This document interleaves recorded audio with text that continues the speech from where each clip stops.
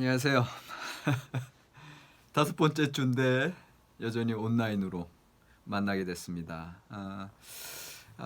온라인 강의가요 2주간 연장됐습니다. 그래서 우리가 원래 4월 13일 날 이제 정상적으로 만나기로 했었는데 아무래도 이제 사회 전체적으로 이제 고강도 사회적 거리두기를 여전히 하고 있는 상황이라 저희도 이제 2주간 더 연장해서 지켜볼 거고요.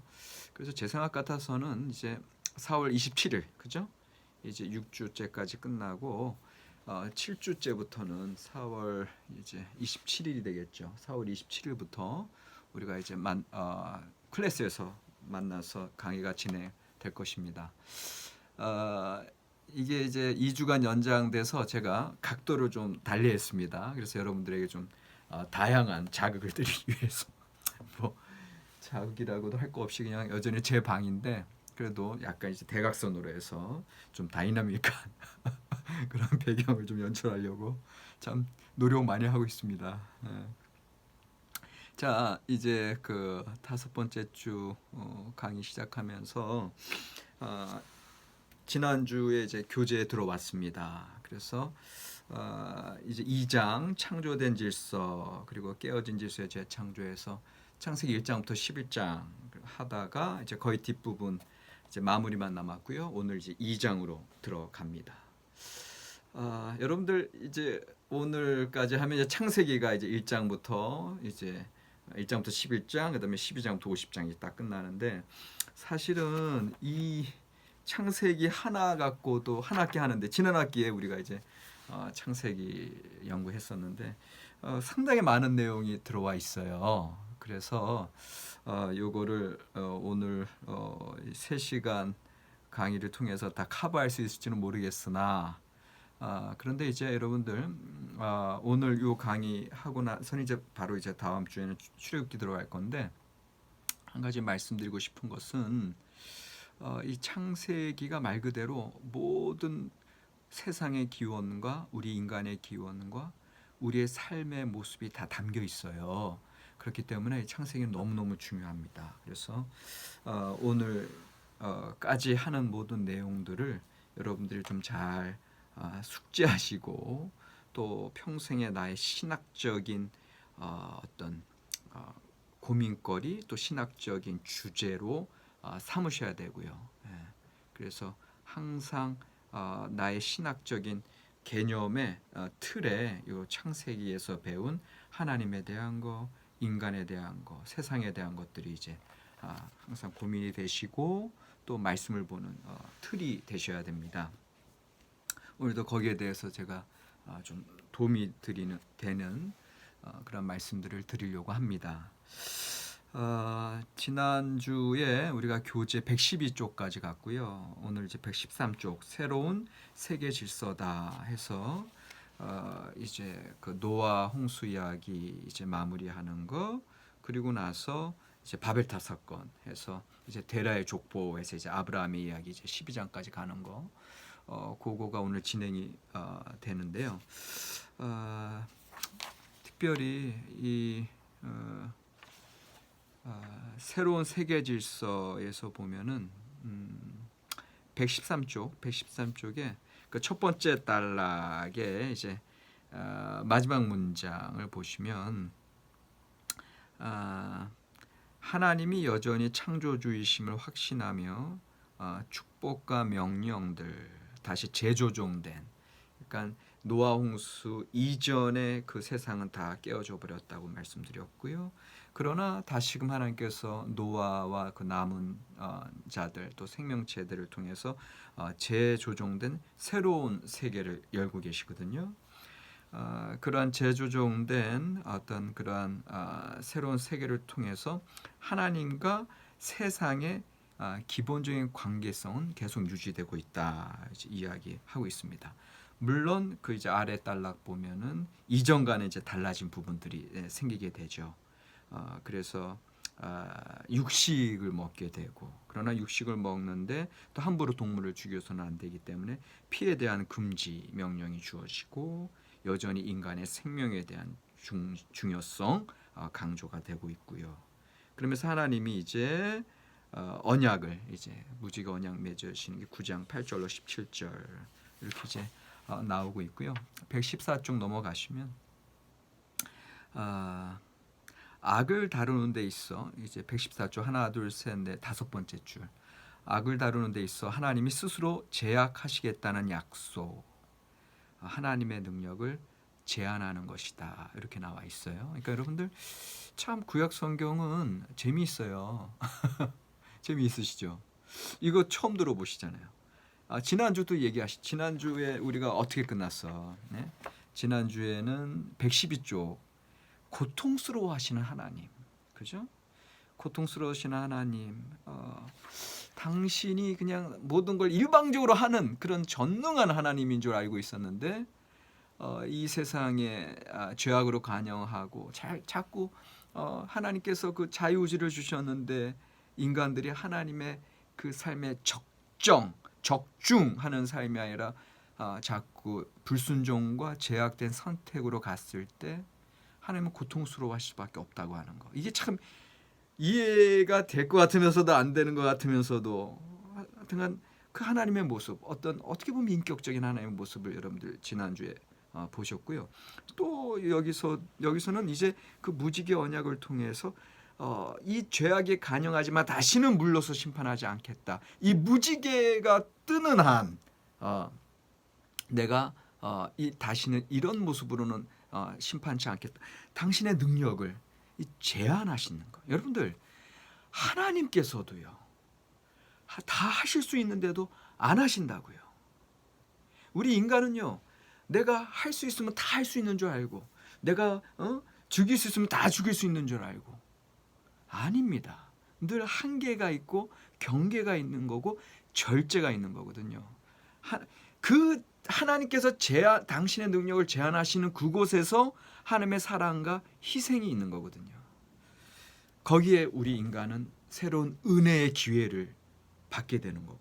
이게 마찬가지. 우리의 삶 속에서 우리의 경계 설정, 우리의 제한적인 삶, 그러면서 남을 배려하고 함께 살아가려고 노력하는 거. 하여튼간 여기 114쪽에 여기 다시 약속은 이러한 스스로를 제약하시겠다는 약속은 하나님의 능력을 제한하는 것이다. 여기 이제 114쪽에 그 6, 7번째 줄에 나와 있고요. 그러면서 이제 115쪽 넘어가면 재미있는 얘기가 나오죠. 홍수 이후에 115쪽 하나 둘 셋 넷 다섯 여섯 7번째 줄 홍수 이후 하나님이 내린 복은 저주받은 세상 가운데서 효력을 발휘하기 시작한다 이렇게 돼 있어요. 그러면서 하나님의 복은 또 여전히 계속 진행되는데 또 재밌는 것은 그 예를 들어서 여기 바로 다음 줄에 포도원과 포도주는 생명과 비옥함에 대한 하나님의 복을 상징한다. 그러나 동시에 인간의 죄에 대한 술 취함 그리고 부모에 대한 불경죄 이게 이제 홍수 이후에 노아가 또 포도나무 재배해서 포도주 너무 마시고 그냥 건하게 취해서 자는데 거기에 대해서 이제 함이 아버지를 놀리는. 그러니까 이게 하나님의 복은 계속해서 유지가 되는데 또 여전히 우리 인간의 부족한 부분들, 그런 죄된 모습들도 계속해서 이제 등장하고 진행되고 있다. 이게 이제 우리의 삶의 모습을 있는 그대로 복과 저주가 같이 가는 거고요. 은혜와 죄가 같이 가는구나. 이제 이거를 계속해서 여러분들이 창세기를 통해서 확인하고 계십니다. 그러면서 이제 116쪽에 넘어가면 이 바벨탑 사건인데 이 바벨탑 사건에서는 우리가 이제 한 가지 신학적으로 여러분들 기억하시고 배우셔야 될 점이 뭐냐면 그 116쪽에 나와 있어요. 116쪽에 그 시작하는 단락. 이 본문에서 묘사되는 인간의 근원적인 실패. 이게 뭔지 아세요? 근원적인 실패가 바로 창세기 11장 4절에 그 바벨탑을 쌓게 된 동기, 온 지면에 흩어짐을 면하자. 여기에 인간의 어떤 실패가 있습니까? 한 줄 내려오면 이러한 시도는 땅에 충만하여 모든 것을 지배하라 라고 하는 하나님의 명령에 도전하는 거 하나, 또 다른 거 하나. 자신 계속 이어져요. 자신을 보호하려는 인간의 욕구는 창조의 남은 부분을 위태롭게 한다. 그러니까는 하나님의 그 창조 명령, 하나님의 뜻에 따라서 이 땅에 충만해서 이 세계를 관리자, 청지기, 매니저로서 우리가 이 세상을 개발하고 살아가야 될 텐데 여기서는 온지면 흩어짐을 면하자. 하나님의 명령보다는 자기네들의 수단, 인간들의 방법으로 자기를 보호하려고 하는 욕구가 결국 창조의 남은 부분을 위태롭게 했다. 이게 상당히 통찰력 있는 지적이죠. 그러니까 그만큼 우리가 하나님의 뜻에 따라서 살아가기보다 그리고 하나님의 창조 명령 따라서 열심히 문명을 개척하기보다 우리 자신이 먼저 앞서고 하나님의 뜻보다 그리고 우리의 인간적인 수단을 먼저 생각할 때 창조의 다른 세계, 오늘날 환경 파괴, 다른 사람들을 위태롭게 하는 거. 왜? 이기적인 욕구가 살아날 때. 그러니까 이것도 상당히 우리의 삶 속에 있어서도 오늘날 생태계적인 것으로도 볼 수 있고 또 나의 개인의 내면의 욕심으로도 볼 수 있고 우리의 이기적인 욕구가 발동될 때 오히려 주변의 세계, 주변의 사람들이 위태롭게 된다. 이것을 여러분들 꼭 기억하시면 좋겠고요. 그래서 116쪽 맨 밑에 창세기 1장부터 11장 정리하는 게 나와요. 그래서 밑에서 하나, 둘, 셋, 넷, 다섯 번째 줄 하나님이 모든 것들을 선하게 만드셨다는 거 이거 분명한 사실이고요. 그런데 한 줄 건너뛰어서 이어서 일어나는 죄의 등장. 지난주에도 계속 말씀드렸어요. 오호라 나는 공고한 자로다. 하나님의 뜻과 하나님의 선하심은 내 가운데 있는데 동시에 하나님을 거역하려고 하는 거 그리고 하나님의 그 선하심이 아닌 인간의 죄성으로 치우치는 우리의 모습들 이런 것들이 항상 우리 안에 있는 이게 바로 창세기에 이미 나와 있다니까요. 예.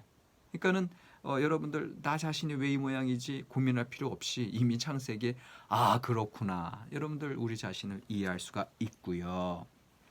그다음에 117쪽으로 넘어가시면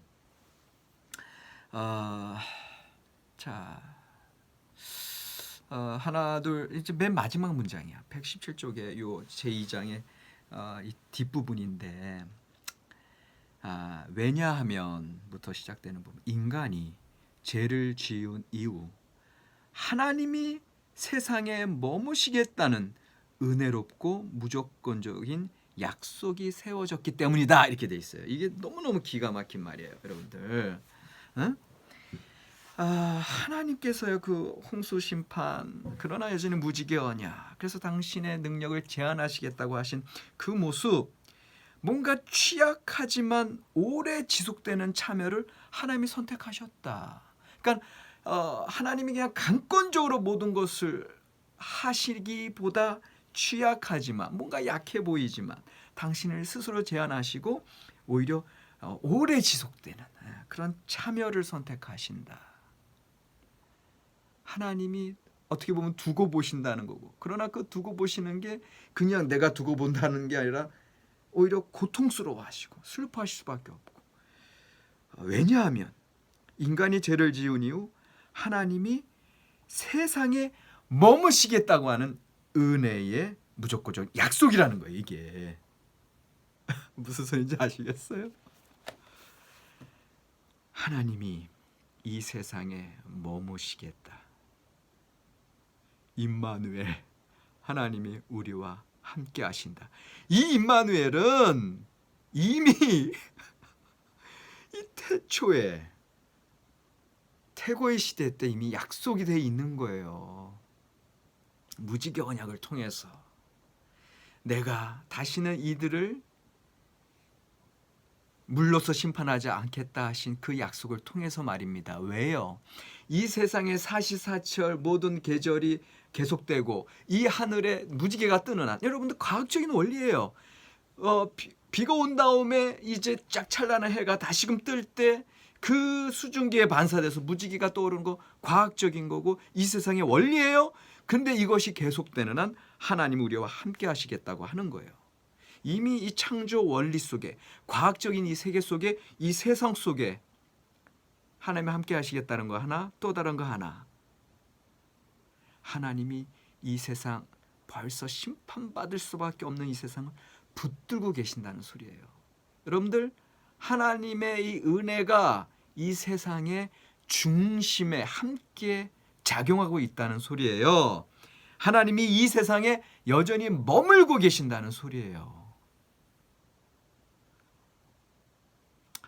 자, 여러분들, 여기서 제가 이제 한 가지 좀 이야기 좀 하고 싶은 게 있는데, 뭘 얘기하고 싶냐면 이제 여러분들, 이게 이제 우리 구약성서 신학이잖아요. 그러니까는 요거 이제 좀 잘 정리가 이제 신학적으로 좀 여러분들 새로운 정리를 할 수 있는 귀한 기회인데, 이 이제 너무나 통찰력 있는 이야기. 하나님이 이 세상에 머무시겠다고 하는 은혜롭고 무조건적인 약속이 세워졌다. 이게 무지개 언약 통해서 영원한 언약, 베릿 올람, 이거에서 벌써 임마누엘의 약속이 이미 주어졌다고 하는 거. 요거를 제가 이제 설명을 해드리려고 하는데, 이게 무슨 소리냐면,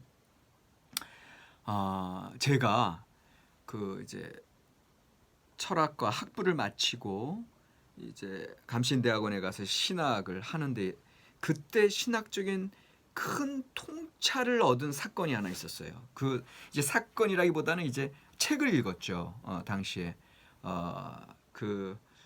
두 가지 책을 읽었는데, 그 영국 성공회의 그 신부, 이제 신학자죠. 그래서 신에게 솔직히라고 하는 책을 하나 읽었고, 그 다음에 이제 폴 틸리히의 존재의 심연이라는 책을 읽었고, 그러니까는 그런 이제 벌써 옛날이에요. 92년도에 제가 감신대학원 갔으니까, 지금으로부터 몇 년 전이에요. 지금 벌써 2020년이니까 28년이 지났어요. 야, 30년이 돼가네요. 참 죄송합니다. 저도 참 많이 늙은 것 같습니다. 근데 어쨌거나 그때 그 책을 읽으면서 제가 뭐 경험한 줄 아세요? 신학은 신에 대한 학문이에요. 하나님에 대한 학문이에요. 하나님에 대해서 근본적인 그 이해의 패러다임 시프트가 일어난 게 이제 그런 책들을 통해서예요. 무슨 소리냐면, 이제까지 저는, 그리고 우리들은, 대부분의 신앙인들은 하나님을 얘기할 때 저 멀리 하늘에 계신 줄 알았어요. 그리고 하늘에 계신 우리 아버지요 하면서 뭔가 나는 이 낮은 땅에 있고, 나는 죄된 세상에 있고, 하나님은 거룩하신 곳에 따로 떨어져 계시고, 예. 그러니까 어떤 면에서 이제 인간과 하나님의 이제 넘을 수 없는 어떤 경계, 이제 이런 것들로만 우리는 이제 그렇게 생각하고 있었는데, 근데 오히려 신에게 솔직히라고 하는 그 로빈슨 신부의 그 책을 읽고, 그 다음에 폴 틸리히의 존재의 심연을 통해서 제게 다가왔던 패러다임 시프트는 뭐냐면, 하나님이 저 하늘에 계신 게 아니라 존재의 중심에 계시는 걸 깨달았다는 거예요. 무슨 소리인지 아세요? 하나님은 창조주 하나님이시라니까요.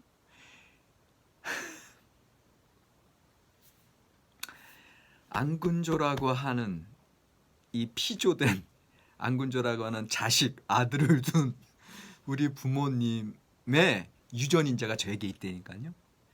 저를 통해서 저 나이가 들어가면서 어쩜 안군조 목사님 어떻게 아버지 안인혜 목사님 그대로 닮아가요. 그렇게 듣는다니까요.